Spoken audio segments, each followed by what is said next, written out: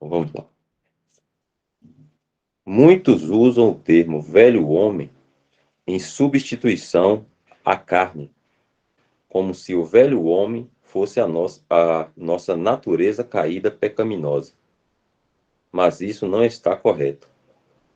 O velho homem e a carne não são sinônimos. John Nelson Darby observou: o velho homem tem sido habitualmente usado de forma incorreta para referir-se à carne. As versões NASB,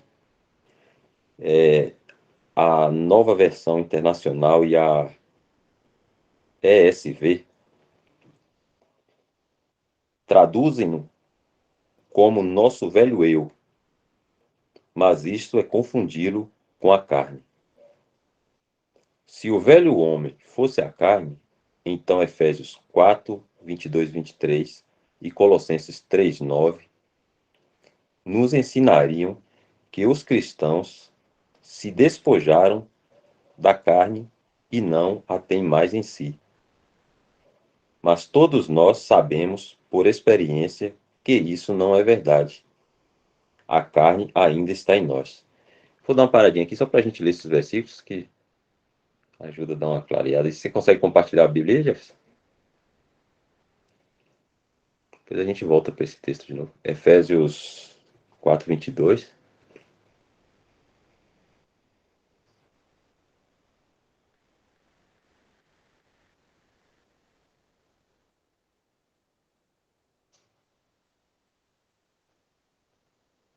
Vinte e dois e 23. No sentido que,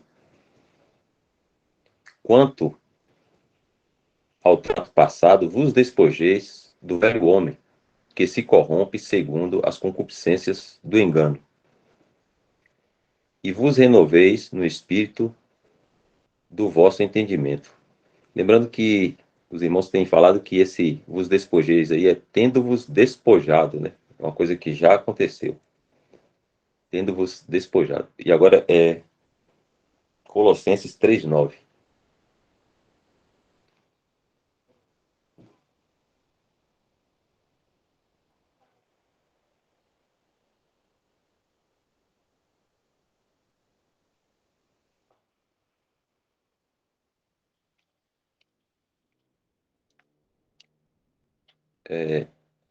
Não mintais uns aos outros, uma vez que vos despistes do velho homem com os seus feitos. Agora a gente volta lá no texto.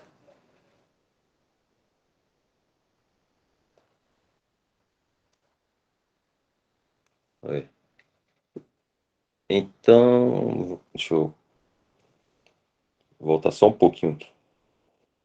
Que essas versões aqui que ele citou, nessas três versões, traduzem o velho homem como nosso velho eu, mas isso é confundi-lo com a carne.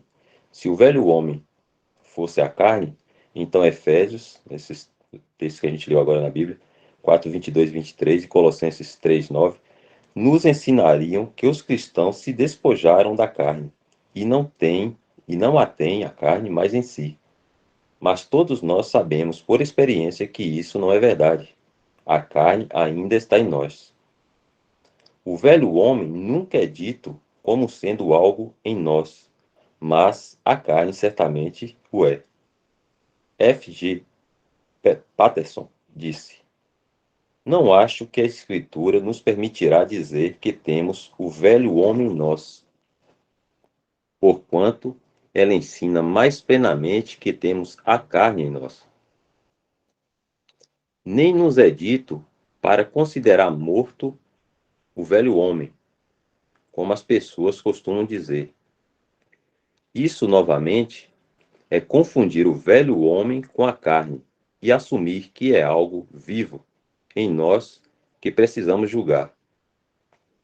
Outros erroneamente falam do velho homem como estando morto, o que novamente implica que é a velha vida que uma vez esteve viva no crente. Portanto, não é doutrinariamente correto falar do velho homem como algo vivo em nós, que tem apetites, desejos e emoções, como é o caso da carne, a natureza do pecado. Os cristãos costumam dizer coisas como: o velho homem em nós deseja as coisas pecaminosas, ou meu velho homem quer fazer isso ou aquilo, que é mal. Novamente, essas declarações confundem o velho homem com a carne. H.C. disse: eu sei o que um cristão quer dizer quando perde sua paciência e diz que é o velho homem, mas a expressão está errada. Se ele dissesse que era a carne, teria sido mais correto.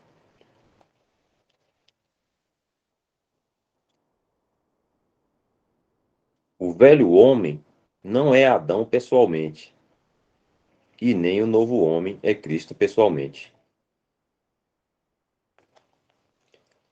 O novo homem é um termo que denota a nova ordem moral que caracteriza a nova raça de homens sob Cristo. G. Davidson disse: o novo homem não é Cristo pessoalmente, mas é Cristo caracteristicamente. Toda característica moral do novo homem foi vista em sua vida, na vida de Cristo, em perfeição. No entanto, assim como o velho homem foi usado erroneamente como a carne, a velha natureza, o novo homem é universalmente confundido com a nova natureza do crente. São feitos comentários como: o novo homem em nós precisa de um objeto para o qual olhar, ou precisamos nos alimentar de coisas que satisfarão o novo homem. Essas observações estão claramente confundindo o novo homem com a nova vida em nós. Na realidade, o velho homem e o novo homem são termos abstratos que descrevem o estado das duas raças de homens sob Adão e sob Cristo. Além disso, o velho homem não deve ser confundido com o primeiro homem. 1 Coríntios 15, 47, daqui a pouco a gente tem uns versículos aqui, a gente podia voltar para dar uma olhada. Além disso, o velho homem não deve ser confundido com o primeiro homem, que denota um aspecto diferente da raça humana sob Adão. O velho homem denota o estado corrupto da raça caída, enquanto o primeiro homem denota o que é natural, terreno e anímico. Aqui embaixo tem uma nota do tradutor que ele fala: anímico provém da palavra latina anima, que significa aquilo que é relativo ou pertencente à alma. Enquanto o primeiro homem denota o que é natural, terreno e anímico na raça. Eles não são termos idênticos. Nunca é dito do primeiro homem ser corrupto ou pecador, mas o velho homem não é nada além disso. O primeiro homem tem a ver com o que é humano e natural. É o que Deus fez no homem. Por esta razão, nunca é dito que o primeiro homem é julgado por Deus, crucificado com Cristo, como é o caso do velho homem. Paulo acrescenta: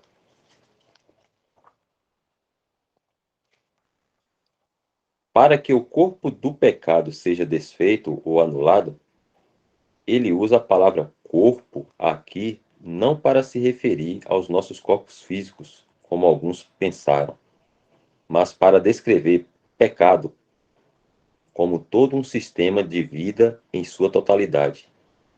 Da mesma forma, usamos a palavra corpo para expressar a totalidade de uma determinada coisa. Por exemplo, poderíamos dizer o corpo do conhecimento científico ou o corpo do conhecimento médico, etc.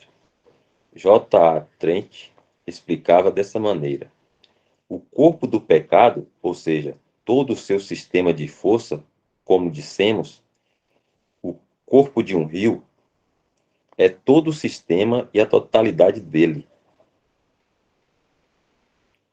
John Nelson Darby disse: ele, Paulo, toma a totalidade e o sistema de pecado em um homem como um corpo, o qual é anulado pela morte. E Dennett disse algo semelhante. Abre aspas. Pode estar bem dizer que o corpo do pecado é a totalidade do pecado em sua energia dominante. Eu vou parar aqui porque acho que ele já está entrando em outro assunto para a gente meditar um pouco sobre a questão do velho homem e da carne. Se algum não tiver algum pensamento, algum versículo que pode ajudar a compreender, depois a gente segue mais um pouco, se der tempo.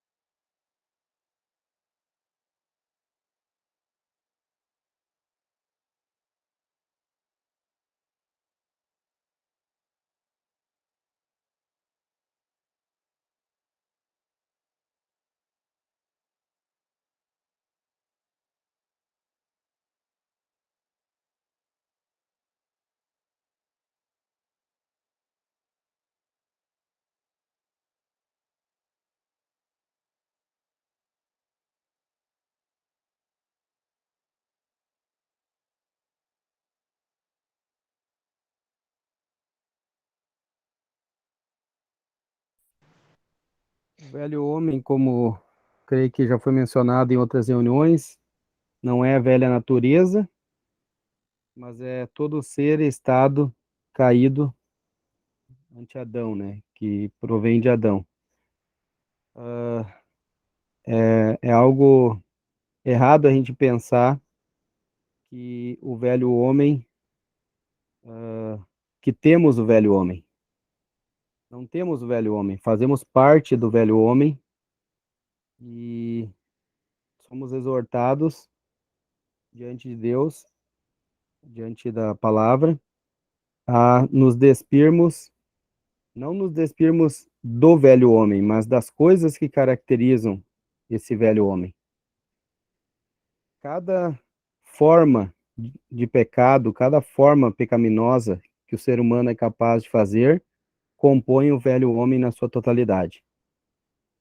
Às vezes uma pessoa ela é caracterizada por, como a gente já leu, né, nas outras lives, caracterizada por ser não ser imoral, mas talvez ela vá ser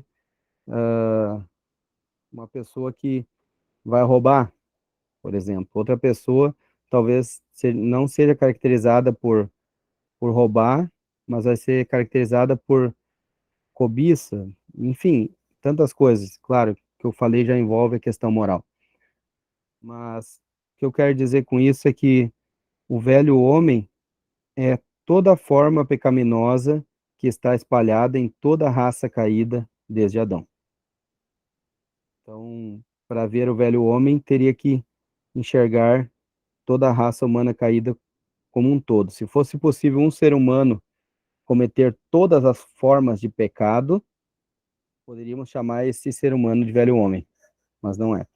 Então é importante entender que o velho homem não é algo que a Escritura nos ensina a nos despir dele, mas é algo que a Escritura nos ensina a nos despir das coisas que caracterizam esse velho homem. Podemos ler em Colossenses, capítulo 3, versos 8 e 9.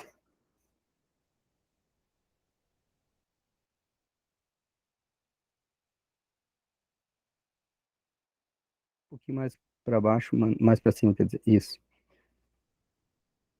Diz assim: agora, porém, despojai-vos igualmente de tudo isto: ira, indignação, maldade, maledicência, linguagem obscena do vosso falar. Não mintais uns aos outros, uma vez que vos despistes do velho homem com os seus feitos. Então, não é algo que é dito para a gente se despir, mas é algo que é dito que a gente deve se despir daquilo que caracteriza o velho homem. Todas aquelas coisas que foram listadas ali, não é uma lista completa, constituem características do velho homem. E o velho homem, ele foi julgado lá na cruz. E ele é despido pelo crente ao receber Cristo como Salvador. Então, a partir do momento que o cristão, que a pessoa recebe Cristo como Salvador, ele foi despido, ele não faz mais parte do velho homem. Porém, as características do velho homem ainda poderão ser vistas nele, por ele trazer uma velha natureza. Aí que é a importância de não confundir o velho homem com a velha natureza. Tá aí.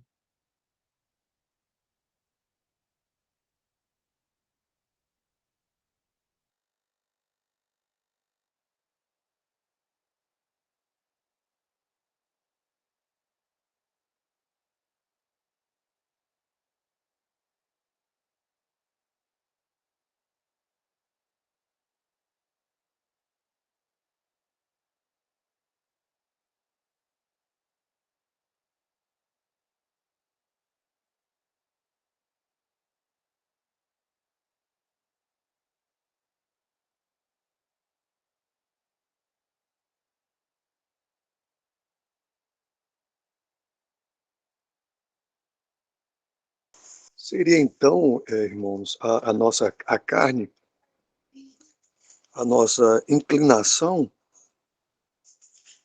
para as coisas do velho homem? Seria isso então, para separar bem a carne do velho homem? Então, a carne, a velha natureza, seria essa inclinação, essa disposição que o homem nasce com ela para as coisas, para essas características da raça caída, né? Seria isso?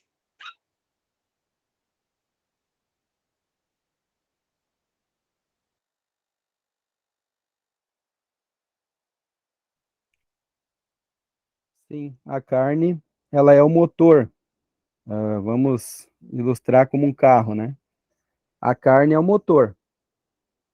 O motor desse, desse carro velho, vamos dizer que o carro velho, a lataria, é a nossa carne, corpo físico.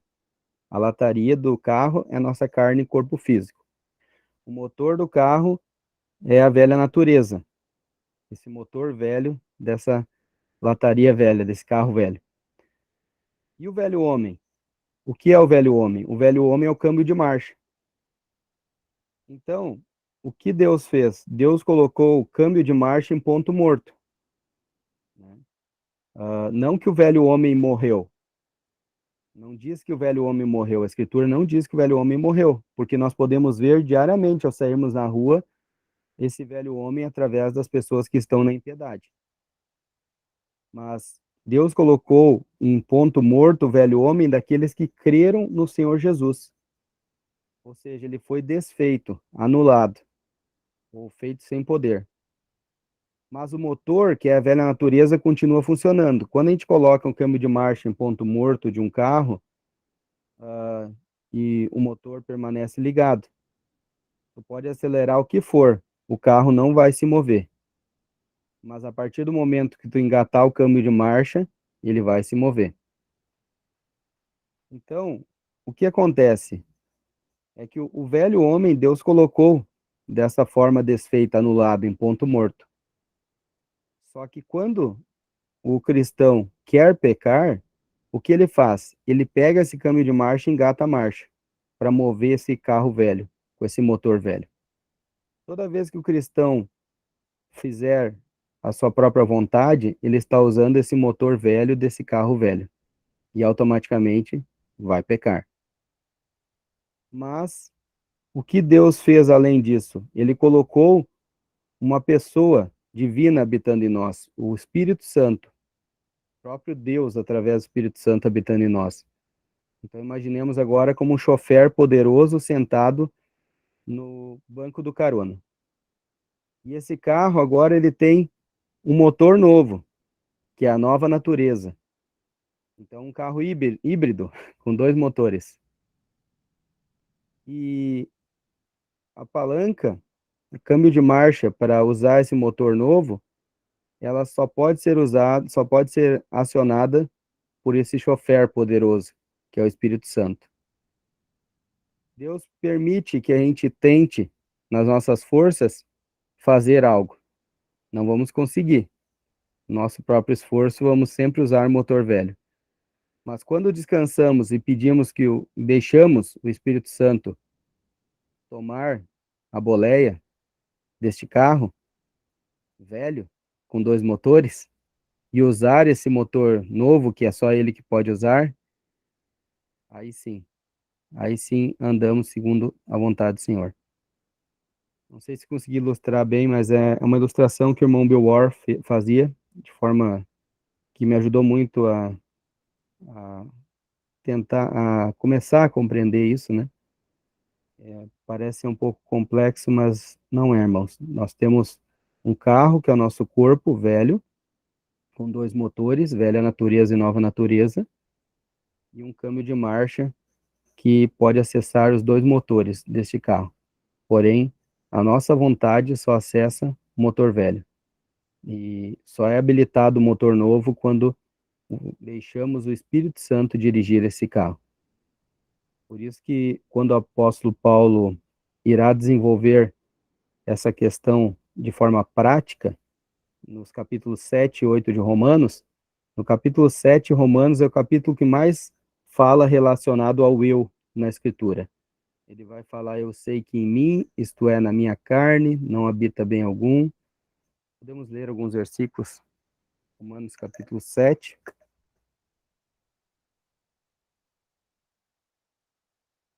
Pode ser o versículo 15. Diz assim, porque o que eu faço não aprovo, pois a outra tradução aí, né, não tá, não tá bem que nem a minha. Eu estou usando a Almeida Corrigida Fiel, irmãos. Eu vou ler aqui. Porque o que eu faço não aprovo, pois o que quero, isso não faço. Mas o que aborreço, isso faço. E se faço o que não quero, consinto com a lei que é boa, de maneira que já não sou eu que faço isto. Então perceba ali que ele está falando o que eu faço, não, eu não aprovo, o que eu quero, isso eu não faço, o que eu aborreço, isso eu faço. Então poderia se dar para se ver muitos eus aí sendo colocados no capítulo 7 Romanos. Se for contar relacionado ao eu, dá cerca de 51 vezes na, na tradução brasileira, linguagem portuguesa, cerca de 51 vezes relacionados ao eu. E qual é o resultado do capítulo 7 Romanos, quando o eu quer dirigir esse carro? Qual vai ser o resultado? Final do capítulo 7 de Romanos, versículo 24. Romanos 7, 24.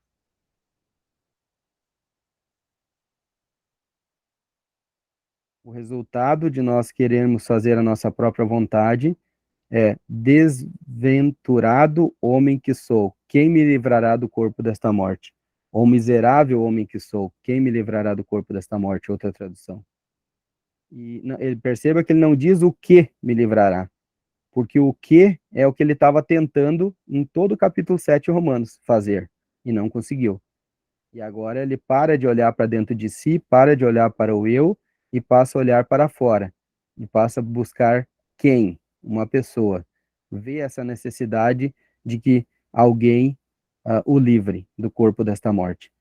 E imediatamente, versículo 25, o que ele diz: graças a Deus por Jesus Cristo, nosso Senhor, de maneira que eu, de mim mesmo, com a mente, sou escravo da lei de Deus, mas segundo a carne, da lei do pecado. Uma tradução melhor é: dou graças a Deus por Jesus Cristo, nosso Senhor, assim que eu mesmo, com entendimento, sirvo a lei de Deus, mas com a carne, a lei do pecado. E aí, quando Paulo vai chegar no capítulo 8 de Romanos, é o capítulo da Escritura que mais fala do Espírito Santo, 19 vezes. E ali é um capítulo glorioso para nós, né? E para entender o que Deus quer, como Deus quer que a gente ande. Como Deus quer que a gente ande? Deixando esse chofer poderoso, o Espírito Santo, guiar a nossa vida. Então, o capítulo 7 mostra a experiência de uma pessoa que quer fazer, no seu esforço, algo para Deus. Perceba que ele está querendo fazer algo para Deus no capítulo 7, mas não consegue. Há uma lei contrária. E essa lei contrária é o quê? É esse motor velho que ele está usando, né? E com as características do velho homem, né? Agora, no capítulo 8, aí sim, aí é um motor novo e quem usa é o Espírito Santo, que vai dirigir esse carro velho. Irmão Weber, eu tive um pensamento aqui, não sei se ajuda também a nós, a mim e os outros irmãos também, pensando assim como dois condutores desse carro, um habilitado, que é o Espírito Santo, e o outro não habilitado, que é a velha natureza, né? Então, a velha natureza sempre, sem habilitação, ele vai estar agindo errado, né? Causando infrações. E o habilitado, que é o Espírito Santo, jamais vai causar infração.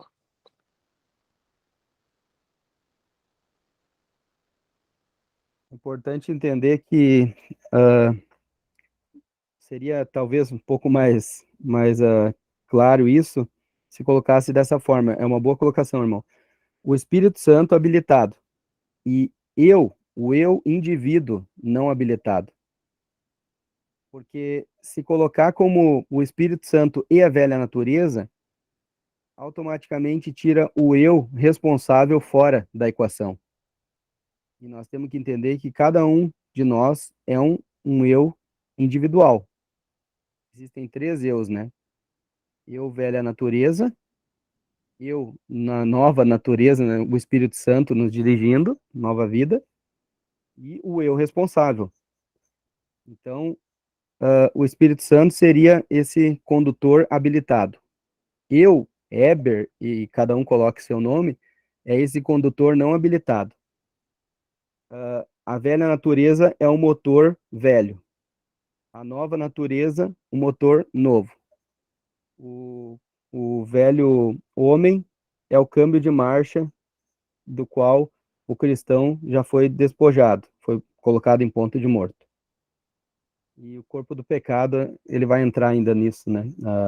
É o próximo assunto.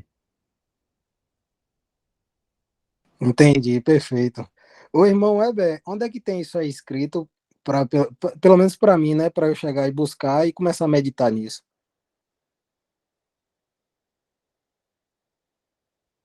Se os irmãos estão gravando essa reunião, agora tem gravado. Eu não tenho escrito isso, não.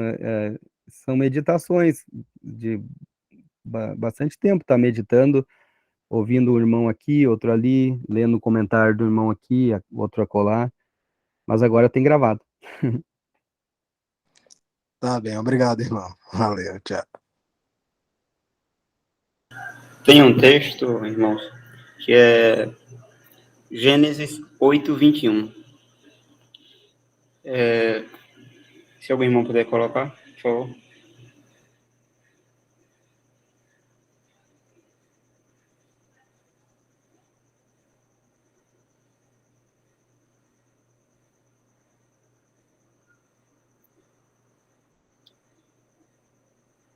E o Senhor aspirou o suave cheiro e disse consigo mesmo: Não tornarei a amaldiçoar a terra por causa do homem, porque é mau o desígnio íntimo do homem desde a sua mocidade. Nem tornarei a ferir todo vivente como fiz. A gente convive com essa natureza desde que a gente demonstra a nossa natureza, desde quando, segundo a carne, claro, desde quando começamos a tomar ciência das coisas.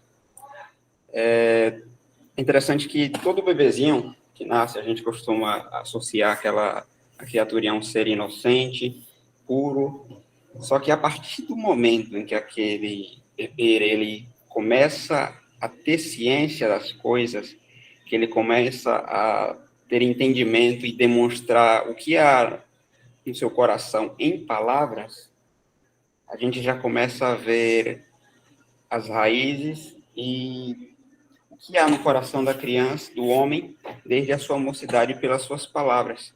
Tanto é que muitos de nós que convivemos com crianças, em certos momentos temos que repreendê-los pelas suas palavras, e quando eles aprendem que palavras causam no outro, é aí que eles usam muito. Eu lembro que meu irmão, quando era pequeno, ele aprendeu a palavra miséria.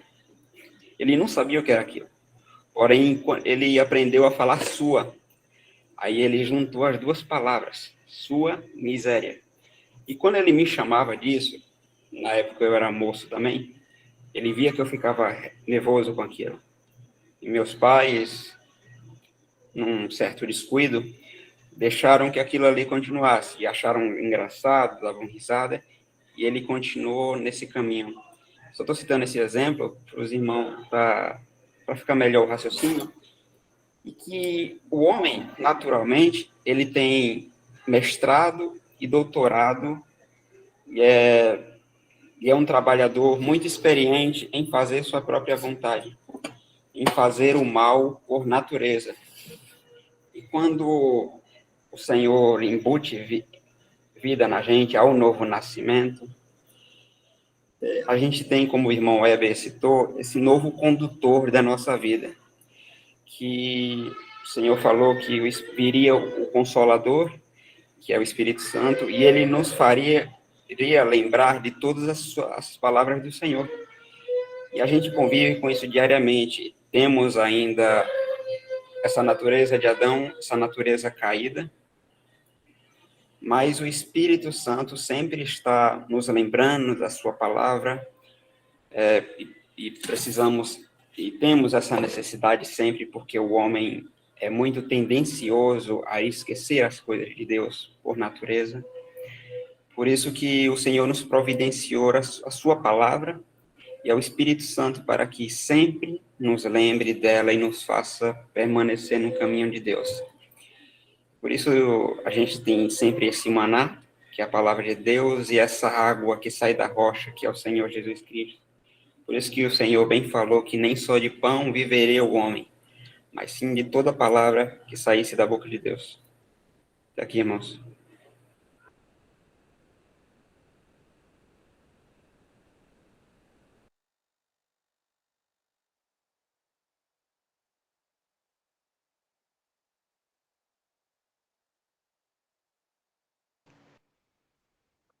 Heber, você estava fazendo um comentário aí, enquanto você falava, a irmã Ariana pergunta: então o velho homem seria a essência da natureza humana?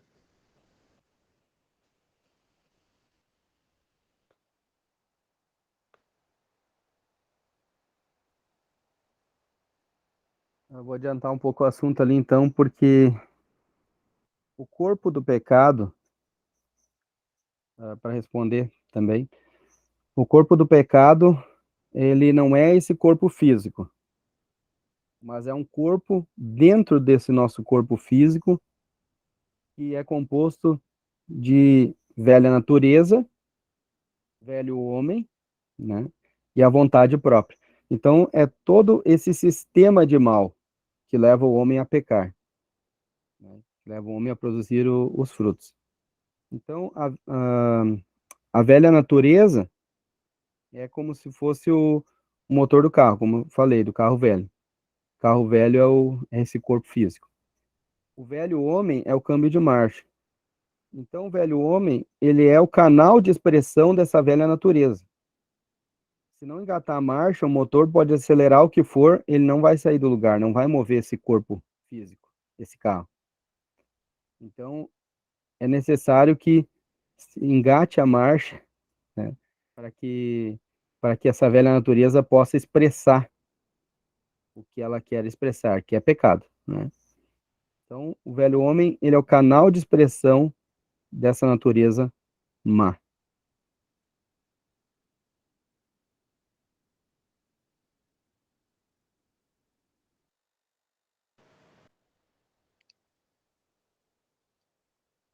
Mariana compreendeu aí?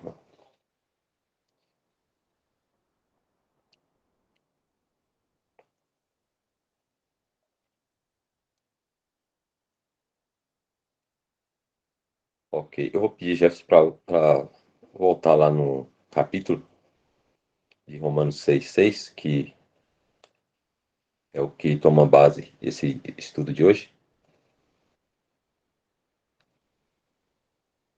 Romanos 6,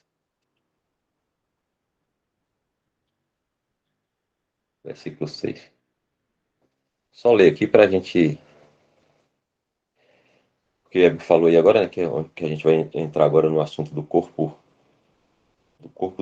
pecado. Ele fala assim: sabendo isto, que foi crucificado com ele o nosso velho homem, para que o corpo do pecado seja destruído e não sirvamos o pecado como escravos. Então, esse é o capítulo e o versículo que o irmão toma como base aqui para esse texto. E agora eu vou ler essa parte aqui agora do corpo do pecado. Eu vou voltar, porque a gente leu um pedacinho, mas é bom a gente pegar do início para entender. Paulo acrescenta. Eu acho que está um pouquinho para cima, viu, Jefferson? Eu vou ler do iníciozinho, que a gente pega todo o assunto. É isso aí. Paulo acrescenta: para que o corpo do pecado seja desfeito ou anulado, né, na versão de Honesto Dark. Ele usa a palavra corpo aqui não para se referir aos nossos corpos físicos, como alguns pensaram, mas para descrever pecado como todo um sistema de vida em sua totalidade. Da mesma forma, usamos a palavra corpo para expressar a totalidade de uma determinada coisa. Por exemplo, poderíamos dizer o corpo do conhecimento científico ou o corpo do conhecimento médico, etc. J. A. Trent explicava dessa maneira: o corpo do pecado, ou seja, todo o seu sistema de força, como dissemos, é o corpo de um rio. Ele diz: o corpo do pecado, ou seja, todo o seu sistema de força, como dissemos, o corpo de um rio. É todo o sistema e a totalidade dele. John Nelson Darby disse: ele, Paulo, toma a totalidade e o sistema de pecado em um homem como um corpo, o qual é anulado pela morte. E Dennett disse algo semelhante: pode estar bem dizer que o corpo do pecado é a totalidade do pecado em sua energia dominante. O corpo do pecado não poderia estar se referindo aos nossos corpos humanos, porque eles são uma criação de Deus. O corpo humano foi afetado pelo pecado. O envelhecimento e a morte provam isso, e pode estar envolvido em todo tipo de atos pecaminosos. Mas o corpo humano não é caracteristicamente pecaminoso. Se nossos corpos fossem pecaminosos, Deus nunca nos diria para apresentá-los a Ele para seu uso no serviço. Romanos 12, 1. A King James traduz Filipenses 3:21 como nosso corpo vil, que no inglês de hoje transmite a ideia de algo repugnante e pecaminoso. Entretanto, quando essa tradução foi feita há 400 anos, vil significava de pouco valor. Compare com Tiago 2:2. Para evitar esse mal-entendido, traduziu-se melhor para nosso corpo de humilhação, Jonathan Darby. Mais tarde, em Romanos 6, Paulo faz uma referência aos corpos físicos dos crentes e, para certificar-se de que não há mal-entendido sobre o que ele se refere, ele chama nosso corpo mortal. Os capítulos 6, versículo 12 e 8, 11.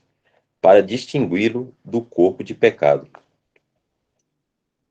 Então, o que Paulo está dizendo aqui é que no julgamento do velho homem, todo o sistema do pecado em sua totalidade foi anulado, na versão de Jonas Darby, para o crente. A versão King James traduz desfeito. A versão King James traduz desfeito como destruído, mas o corpo do pecado ainda não foi destruído. Nós vemos a evidência da presença do pecado em todo lugar no mundo. O pecado será destruído e, então, será inteiramente removido da criação no estado eterno. Esta é a força da observação de João Batista, quando ele diz: Eis o Cordeiro de Deus que tira o pecado do mundo. Muitos têm pensado que João estava se referindo à obra de Cristo na cruz para tirar os pecados dos crentes. Mas ele estava realmente falando, João Batista, né, falando de uma futura obra de Cristo quando ele removerá todos os vestígios do pecado do universo. É só então que o corpo do pecado será destruído e desaparecerá. Ele foi presentemente anulado para os crentes. Isso não significa que a natureza pecaminosa é removida de nossos corpos, mas que todo o sistema de pecado em sua totalidade foi derrotado para nós e, consequentemente, não precisamos mais ser controlados pelo poder do pecado. Essa anulação abriu o caminho para os cristãos serem libertados dos ditames do antigo senhor, pecado, e assim, doravante, não sirvamos mais o pecado. Paulo conclui: porque aquele que está morto está justificado do pecado. Versículo 7. Jonathan Darby disse: a afirmação de que aquele que está morto está justificado do pecado, eu entendo que signifique: você não pode acusar de pecado, de vontade própria, de concupiscência, a um homem morto. Isso se torna verdade de nós quando estamos mortos. Assim, estando mortos com Cristo, temos uma honrosa libertação do antigo senhor, o pecado.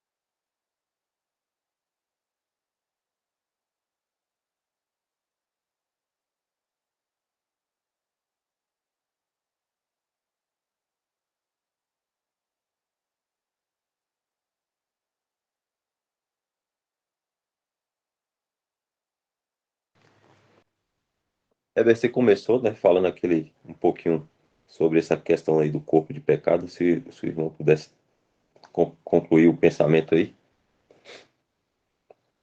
ajudar a gente a entender melhor essa questão aí. Aproveitando, Heber, você podia falar também, que eu acho que você já falou uma vez, da salvação, da questão da passada, né, presente e futura, né?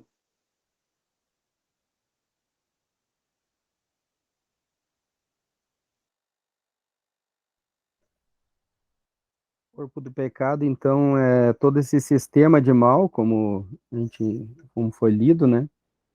E é importante entender ali, como ele fala ali, que ele não foi, como na versão King James diz, né, destruído. Ele foi anulado. Até a palavra desfeito caberia se fosse no entendimento feito sem poder. Desfeito como entendendo feito sem poder, ou seja, anulado, né? Porque ele foi feito sem poder mesmo, anulado, mas isso para o crente, né? Para o cristão, porque o cristão tem condição de dizer não ao pecado. E logo, quando o cristão peca, é porque ele quer pecar. É importante entender que o que nós estamos aprendendo nesses títulos que estamos lendo, né, subtítulos, o assunto é a doutrina da libertação do poder do pecado, né? E tudo isso começa com o apóstolo Paulo tendo falado da nossa identificação com Cristo pelo batismo na morte. E agora, quando ele está concluindo esse assunto aqui, o que que ele fala? Ele fala, Paulo conclui, como ele diz no versículo 7, Romanos 6, verso 7, não puder colocar. Porquanto quem morreu está justificado do pecado. Ou porque aquele que está morto está justificado do pecado. Então, ele, ele conclui naquilo que ele começou, a nossa identificação com Cristo pelo batismo na morte. Então, fomos identificados na morte pelo batismo, melhor dito. E agora ele conclui dizendo, então, se nós estamos identificados na morte, aquele que está morto está justificado do pecado. Não tem como tu acusar uma pessoa, né, ali que está morta. Não tem como tu acusar. E isso é como Deus nos vê. Sabemos que existe um acusador que de dia e de noite, né, fala em Apocalipse, ele acusa, né, mas temos o advogado também para com o Pai. Então, nossa questão já é ganha, não tem mais volta. Esse corpo do pecado é todo sistema de mal.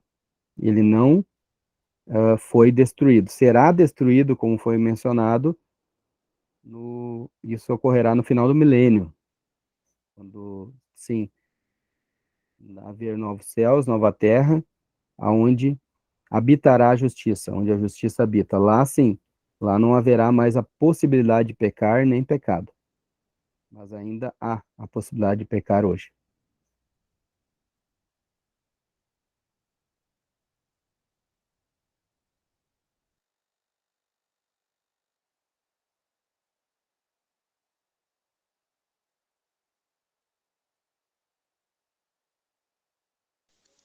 Deixa eu tentar lembrar aqui, irmão Heber, se eu não me lembrar, irmão, por favor, corrige aí. Porque acho que tem a ver também com essa questão, a salvação, né? Então, a gente vai encontrar nas escrituras passado, presente e futuro. E então, no passado, nós já fomos salvos da pena e da culpa, né? Da questão do pecado e pena e culpa, ou seja, o perdão judicial. No presente, nós somos salvos, né, do domínio, né? Do poder do pecado. Ele não mais tem domínio, né? Tem poder sobre nós. E na salvação futura, né, que seremos salvos, né, futuramente, é da presença, né, isso, do pecado e da possibilidade de pecar. É isso mesmo?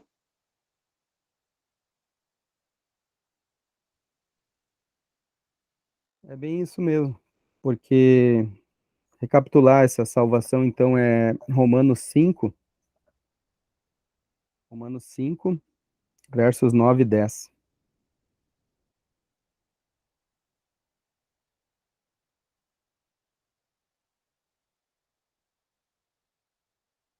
Logo, muito mais agora, sendo justificados pelo seu sangue, seremos por ele salvos da ira. Porque se nós, quando inimigos, fomos reconciliados, aqui é a Deus, mediante a morte de seu filho, muito mais, estando já reconciliados, seremos salvos pela sua vida. Então, o 9, parte A ali, logo muito mais agora, sendo justificados pelo seu sangue, nos fala de uma salvação passada, que já ocorreu, que é a nossa justificação que temos para com Deus. Trata-se de algo que Deus fez para nós e está baseada na obra que Cristo fez aqui, lá na cruz. Então, sim, aqui ele nos livrou já da culpa e da penalidade do pecado. E não está baseado no nosso sentimentos, né? Mas está baseado no que a palavra de Deus diz, né? No que Deus fez, no que Cristo fez, melhor dizendo, que é Deus, né? Deus Filho. E na parte B do verso 9 ali, seremos por ele salvos da ira, aí está falando de uma salvação futura. E trata-se de algo que Deus fará por nós, né? Está baseado naquilo que Cristo fará, nos tirando daqui e nos levando para o céu. Ele nos livrará da ira vindoura, ou da hora da tentação, a tribulação. Irmãos, lembra, é Apocalipse 3:10, dá para dar um pulinho lá e voltar depois aqui no Romanos 5. Apocalipse 3:10.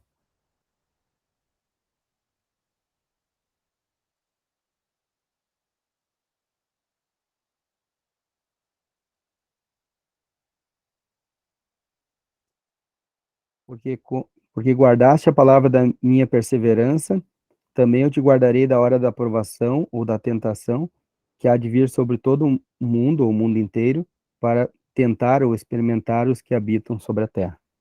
Que trata-se do período de tribulação, né? Que a gente vai ser livrado. Voltando então para Romanos 5:9.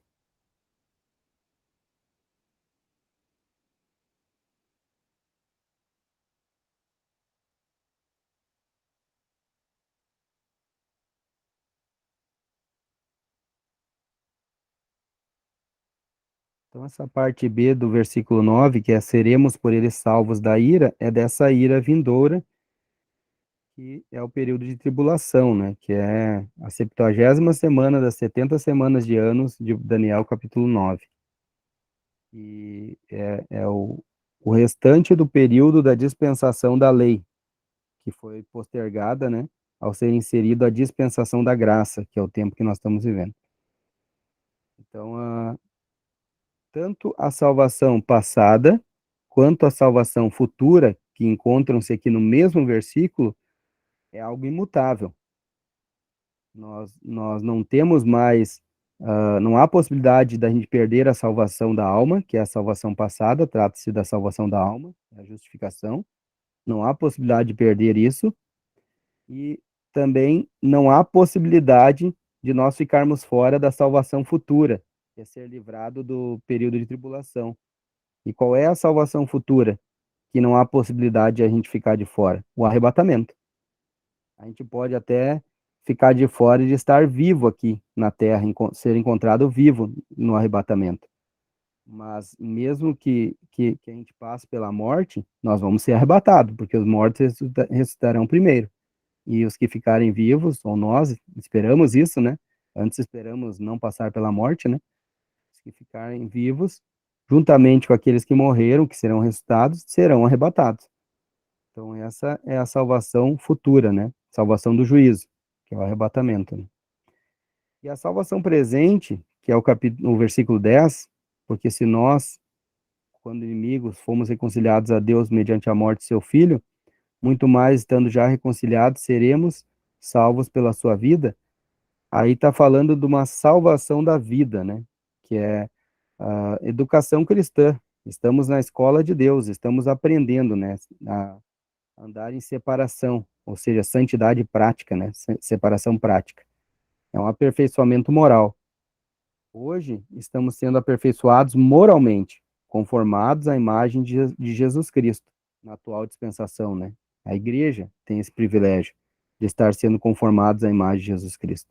Os santos do Antigo Testamento não tinham isso. Mas nós temos, é mais um privilégio da igreja.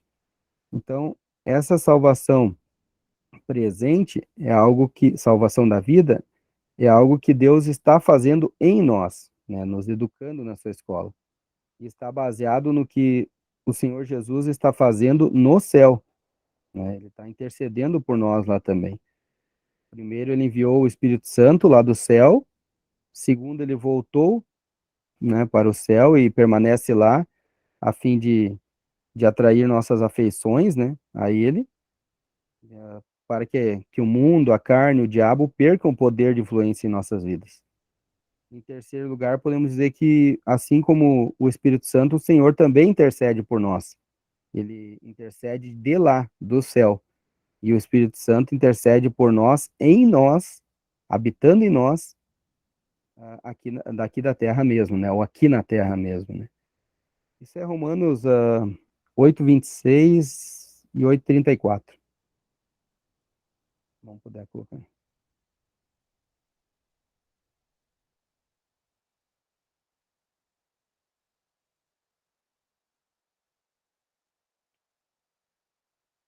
Também o Espírito, semelhantemente, nos assiste em nossas fraquezas, porque não sabemos orar como convém, mas o mesmo Espírito intercede por nós sobremaneira, né, com gemidos inexprimíveis. E Romanos 8:34. Quem os condenará? É Cristo quem morreu, ou antes quem ressuscitou, o qual está à direita de Deus e também intercede por nós. Então, após Paulo falar que o Espírito Santo intercede por nós, com gemidos inexprimíveis em nós, né? Ele está em nós, por nós e em nós. Ele fala que o Senhor também intercede por nós. Então, temos dois intercessores, né? Atuantes, né? E Deus, ele usa as tribulações para nos educar, nessa educação cristã. Isso é Romanos 5, versos 3 a 5.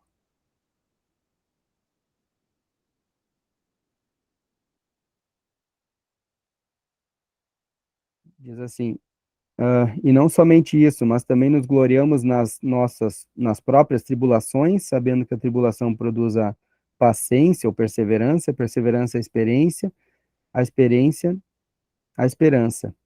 E a esperança não confunde ou não traz confusão, porquanto o amor de Deus está derramado em nossos corações pelo Espírito Santo que nos foi dado ou outorgado ali, né?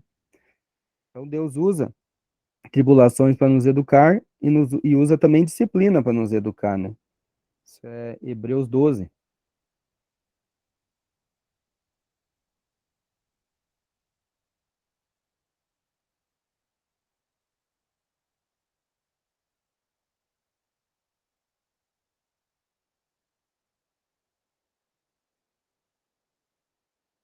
Um pouquinho mais para baixo, para não ler um contexto muito grande.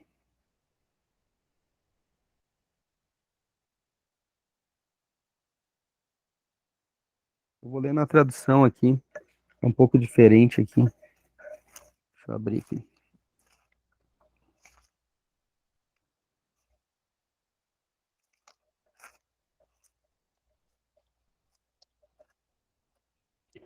Hebreus 12, versículo 5.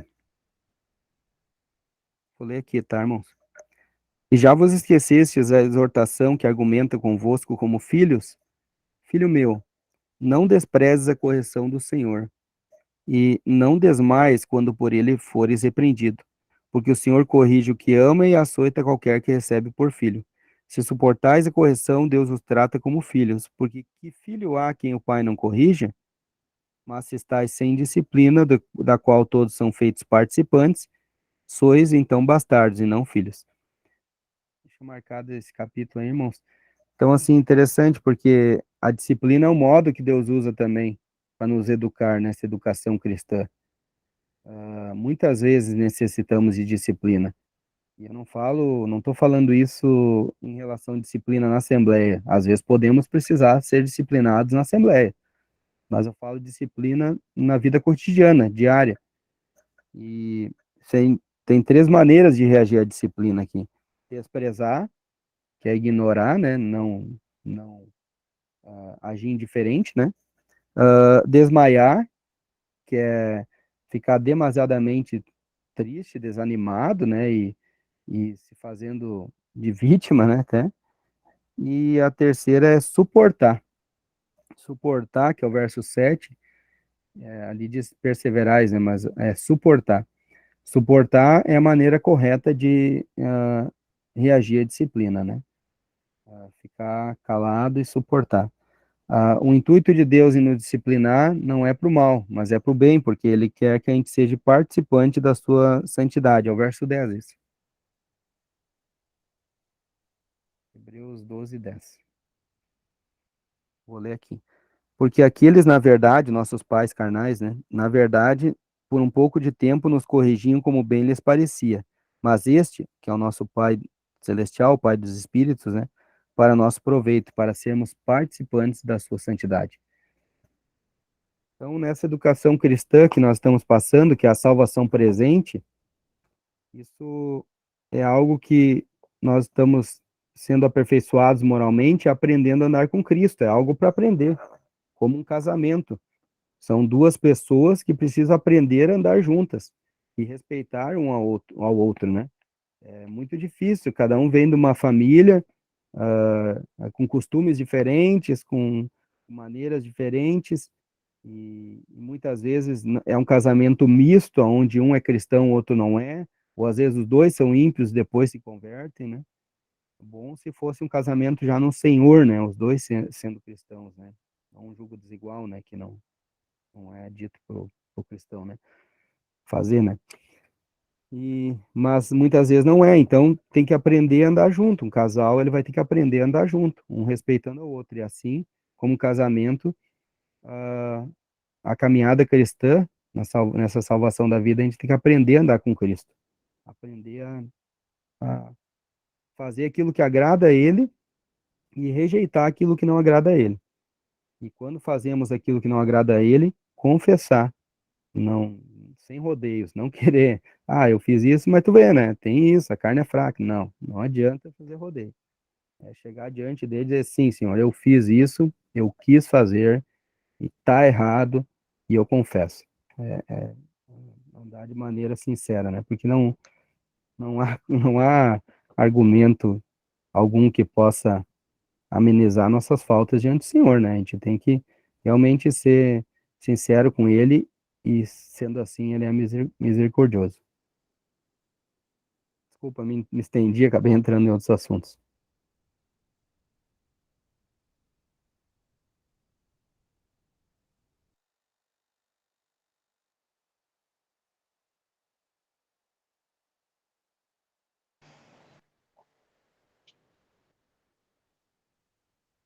Muito bom, irmãos, esse assunto, essa reunião, né? Graças ao Senhor. Bastante clareza. São 9h24, a gente poderia deixar, né, para próximo a gente começar esse próximo tópico aí, do iniciozinho, né, que a gente medita com mais calma. Algum irmão tem alguma pergunta, algum pensamento ainda? Pode ficar à vontade, temos ainda um tempinho aí.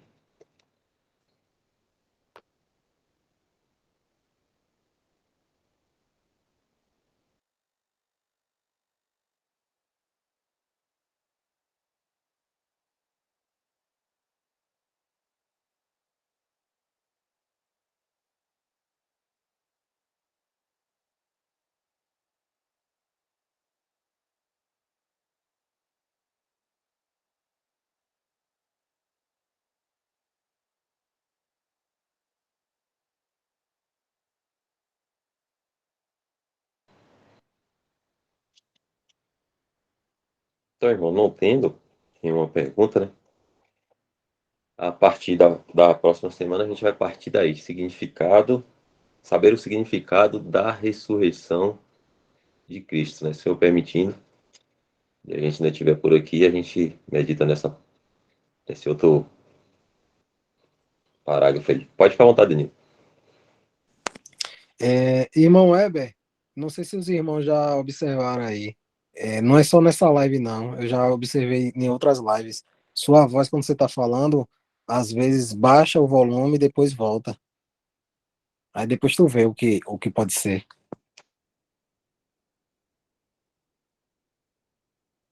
Verdade, irmãos. Eu até pensei, saí 2 vezes aqui pensando que era o meu celular que tava com problema.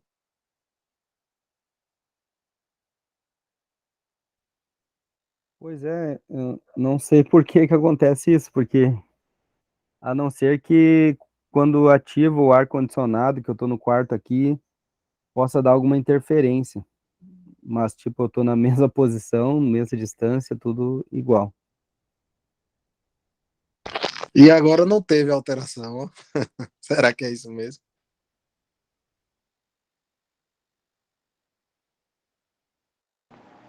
Mas deu para entender, assim, deu. Eu consegui ouvir bem. Assim, apesar da oscilação, tem um pouco mesmo, mas não prejudicou muito, não, né? Não, pra mim não prejudicou, não. Eu tava escutando bem. Eu só falei mesmo pra ele saber mesmo, né? Ah, que bom. Então, vou pedir a Adriana para tirar a gravação aí, por favor.